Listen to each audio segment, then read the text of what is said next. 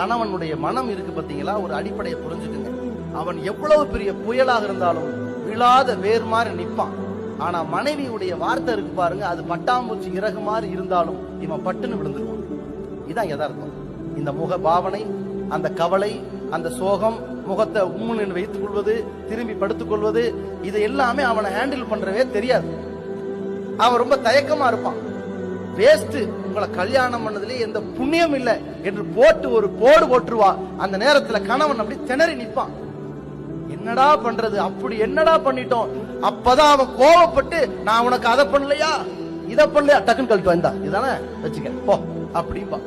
இப்படிதான் பிரிவினை ஆரம்பிக்குங்க. இந்த பிரிவினைக்கு நாம ஒரு கட்டத்துல இடம் கொடுத்துடக்கூடாது.